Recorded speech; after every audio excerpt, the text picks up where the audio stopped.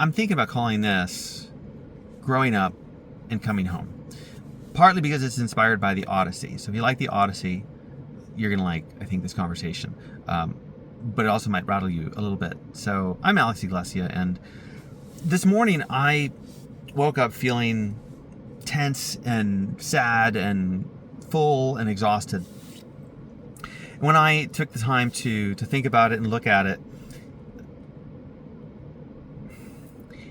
I remembered an issue I had growing up. So when I was 5 years old, my sister was born, and at one point soon there, I went over and moved some pillows off the couch, and she fell.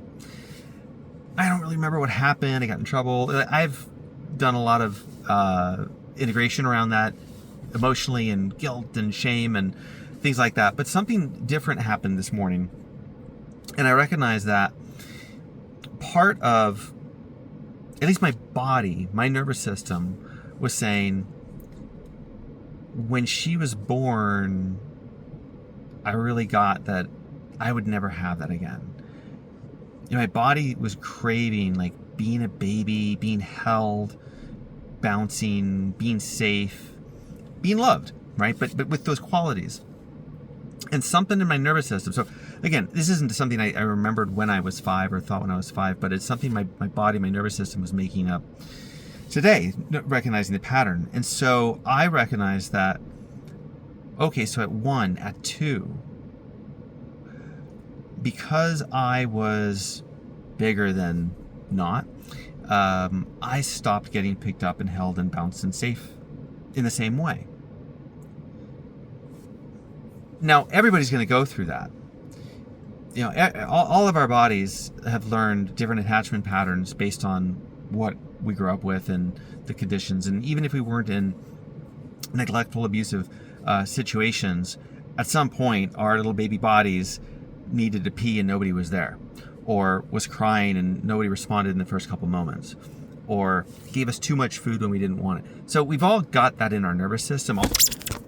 Hello. All sorts of those templates in our bodies and nervous systems and expectations. This one was, I lost the love because I'm growing up.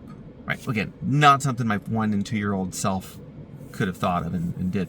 But looking back, I can make that, I can see that template. And as soon as seeing that pattern, I recognized I've been repeating that. I have been repeating not growing up so that I don't lose the comfort, the love, the being held that I have.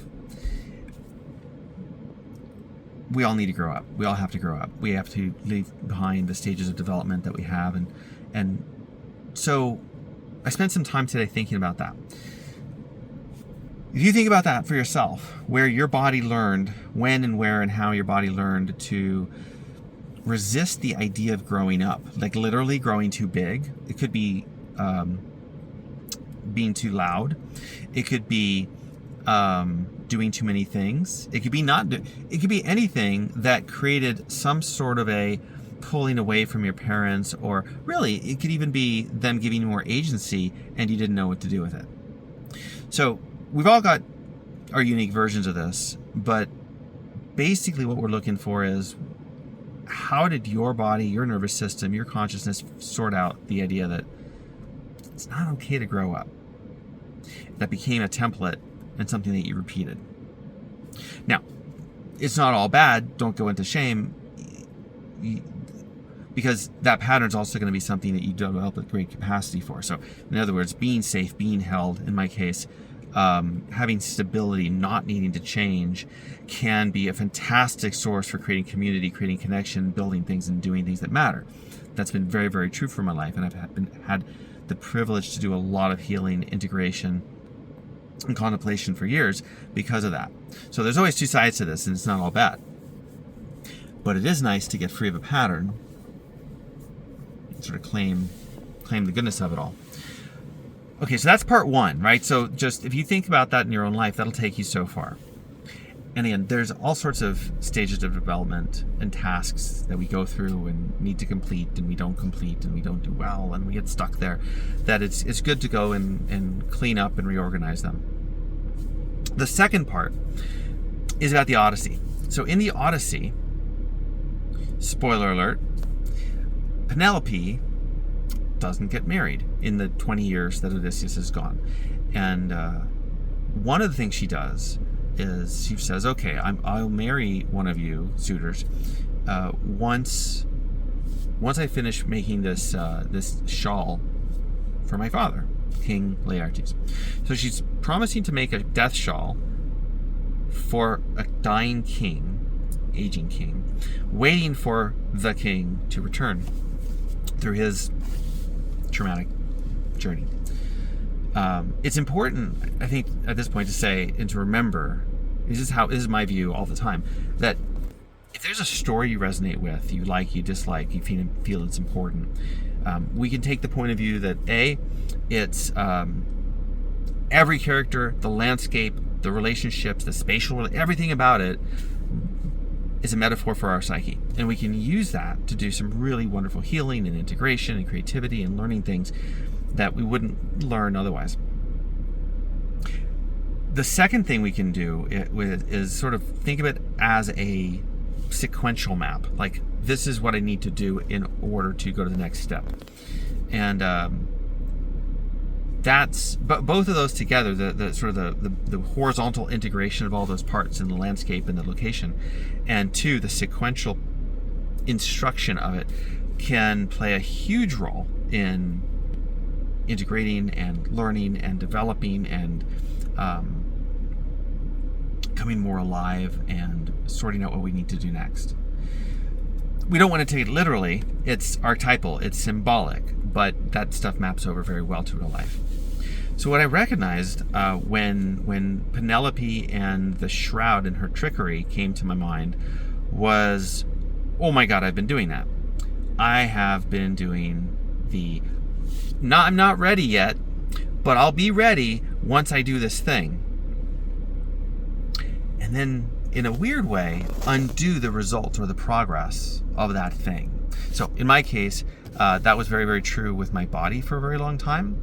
I had a lot of breakdowns for very many years, and I needed to keep trying new things, weaving things together, putting together my knowledge. I had been a personal trainer and a yoga teacher for many years, and it was very frustrating that my application of everything I knew wasn't stopping my body from breaking down more and more and more. Eventually, I started trusting myself and learned new things and went to new people and just kept on that journey. And now at 48, I am stronger, fitter, more flexible, more mobile, more energized than I have been in my entire life. And I've done the Penelope shroud thing with my offers, my business, my creativity, my books. I've written things to only then sort of undo my own commitments to them. So what do we do? And that's what I asked. Well, okay, so this is happening. I'm going to start contemplating this. I'm going to metabolize Penelope, and then the rest of the story started coming to mind. Right? So she's got her son, she's got her husband, she's got her father-in-law, and those are three kings. So three different stages of development of a king. So I asked myself, how's that going for me? Where are those parts in me? Where am I at with those three? The other thing I needed to remember was that Odysseus leaves one person but comes back a very, very, very different person. So the king that's returning home is going to come back disguised,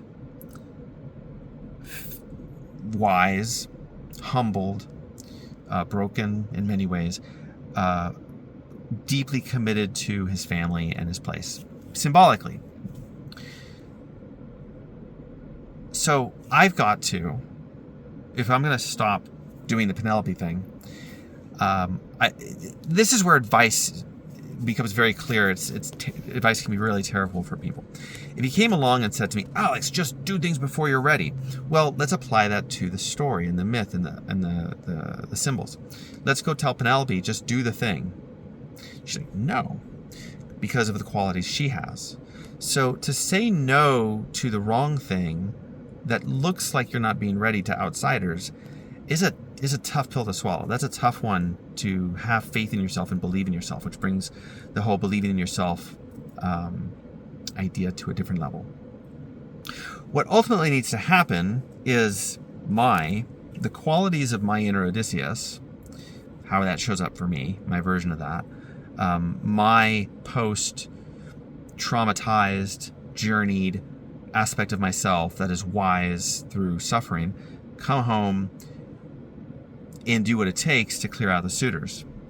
Now, from a somatic point of view, the suitors are all the distractions of our mind and distractions of the world that need to be contained and annihilated so that they are no longer massively, radically integrated, that they are no longer going to be a problem. So the plan is clear symbolically, and this is something we can do. We can start in 5 minutes. We can do in an hour. We can let unfold over the course of a day or a week or longer. We can read the story and get more clarity. But for the most part, we know our bodies know how to do these things. The story is just the map of what our body knows how to do. It's encoded in there. So that's where I'm at. I'm clear that in order to unite this, create this union within, and regain a sense of clarity and focus, good standing, healthy realm, I need to look again at, or acknowledge, the Penelope side, the Odysseus side, the Telemachus side, the Annihilating side, the shroud side, the coming home part, the suitors part, and just do another round of integration with that. Let that process happen, because again, these processes happen pretty naturally if we're not stopping them. So I can push it a little bit, but it's a little bit like a garden that needs sun and weather and seasons and some time. Can't always push them, but at the same time, symbolically, we can absolutely say yes to it. Growing up and coming home. That's what it's about for right now.